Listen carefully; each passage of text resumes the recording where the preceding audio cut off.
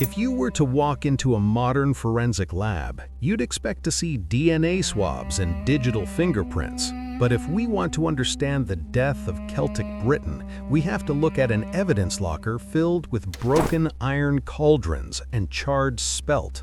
Most people see a feast as a celebration, but what we are looking at today is an autopsy of power. In the year 60 AD, on the wind-swept plains of East Anglia, food was no longer just nutrition, it was a weapon of psychological warfare. Imagine a landscape being systematically erased. The Roman Empire wasn't just taking land, they were taxing the calories out of the soil and rebranding the very concept of a meal into something polite, paved, and subservient. For Boudicca, the widowed queen of the Iceni, sitting down to eat with her tribal leaders wasn't about comfort, it was a desperate, high-stakes ritual designed to prove that the Romans had failed to break the Celtic spine. Every hunk of salted pork and every gallon of fermented honey was a middle finger to Emperor Nero. This wasn't a party, it was a mobilization order served on a platter. We are going to peel back the layers of grease and smoke to see how a singular menu acted as the catalyst for a rebellion that nearly burned Roman London to the ground. Today, we are analyzing this historical menu as an autopsy of power.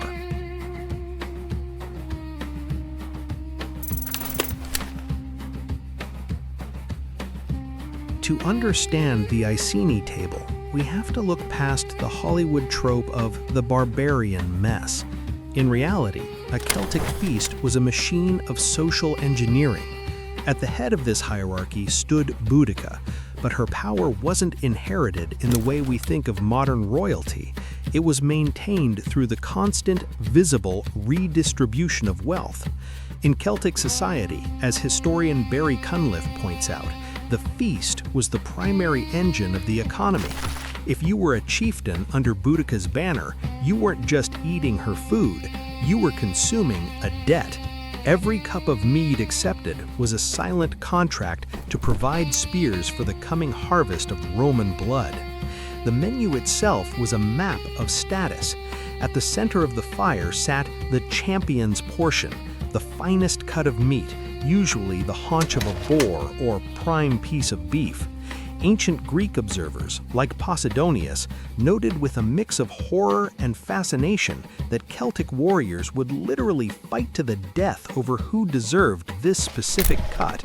To be handed the best meat by the queen was a public validation of your courage. To be passed over was a social execution. Below the warriors sat the craftsmen and the farmers, eating coarser stews of pulses and grains, their very seating arrangement physically manifesting their proximity to power. But who provided this surplus? This is where the autopsy reveals the scars of Roman occupation. By 60 AD, the Romans had called in the massive loans given to the Iceni elite and began seizing land. For Boudicca to host a feast of this scale was an act of extreme economic defiance. It required the total mobilization of the sale, or the free clients, who performed the back-breaking labor of grinding grain by hand and tending the herds. We often talk about the warriors of the rebellion, but the rebellion was fueled by the anonymous labor of women and laborers who spent months stockpiling salted meats and fermented ales in hidden pits. The Romans viewed food as a tool of civilization. They wanted the Britons to trade their rugged communal cauldrons for individual ceramic plates and imported olive oil. They wanted them to sit on chairs instead of the rushes. By insisting on the traditional, chaotic, communal pit-fire feast, Boudicca was signaling a rejection of the Roman menu of submission. She wasn't just feeding her people, she was reminding them of a world where their identity wasn't for sale. This meal was the final pulse of a dying system, a religious and political signal that the tribe belonged to the land, not the empire. Weight of this meal, I have to step away from the archaeology and put my hands into the dirt. Recreating a pre-Roman Celtic feast is an exercise in sensory overwhelm and physical exhaustion. There are no dials to turn here, no stainless steel surfaces, only the erratic temperament of an open fire and the crushing weight of raw ingredients. I started with the meat, the centerpiece of the champion's portion. In the 1st century, you aren't dealing with the marbled, tender cuts of a modern butcher. You're dealing with the lean, tough muscle of semi-wild swine and cattle that have spent their lives roaming the scrublands of East Anglia. To make this edible for a queen's court, you don't just cook it, you engage in a battle of attrition.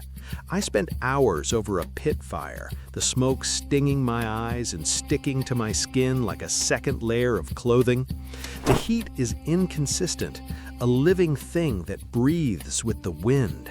You have to constantly rotate the heavy carcasses, feeling the searing radiation on your forearms while your back shivers in the cold British damp.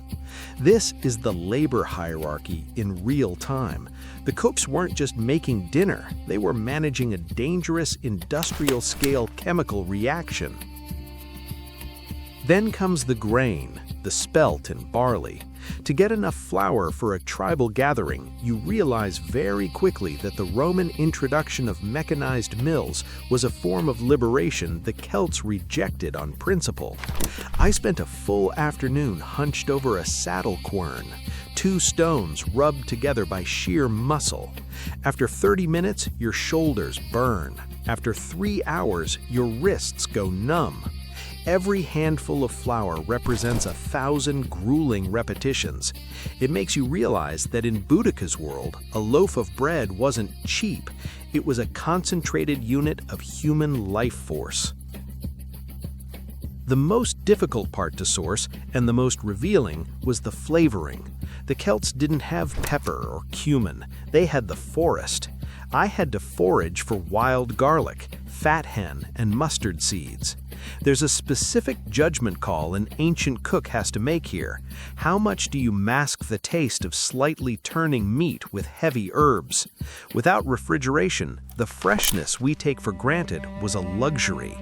The salt used to preserve the pork was a high-value trade commodity, often controlled by the very Romans they were fighting. Every pinch of salt added to the cauldron was literally a grain of wealth being sacrificed. As the sun went down and the fire turned into a deep, pulsing orange glow, the scale of the effort became clear. To produce this much surplus food in a season of war and Roman taxation is a structural miracle. It required thousands of hours of collective labor, grinding, hauling, butchering, and brewing. As I tasted the final result, a dense, smoky, intensely iron-rich pottage, it didn't taste like a delicacy. It tasted like effort. It tasted heavy. Only an elite with total control over the bodies and time of their subjects could manifest a meal like this. When you eat this food, you aren't just tasting ingredients, you are tasting the structural power of a chieftain who can command the very calories of the earth. As the fire dies down to white ash, the autopsy is complete. The evidence left in the soil, the broken bones of cattle and the discarded fragments of masterfully forged cauldrons tells us that Boudicca's feast was more than a meal. It was a desperate, final act of cultural architecture. Every element of the menu, from the grueling manual labor of the quernstone to the ritualized champion's portion, was a calculated move to reinforce a social structure that the Roman machine was built to grind into dust. Taste confirms the power. The richness of the fat and the sting of the wild herbs weren't just flavors, they were proof that the Iceni still held the keys to their own land. The labor reveals the hierarchy, showing us a people willing to sacrifice their few remaining resources to uphold the dignity of their queen. and the excess, the sheer defiant volume of food produced under the shadow of the eagle, communicates an authority that no Roman tax collector could ever truly tax away. Boudicca's rebellion eventually failed, and the communal cauldrons were replaced by the ordered, silent dining rooms of Roman villas. But for one night, the air in East Anglia was thick with the smell of wood smoke and the taste of a freedom that refused to be polite. We don't just cook ancient food, we decode the civilizations behind them.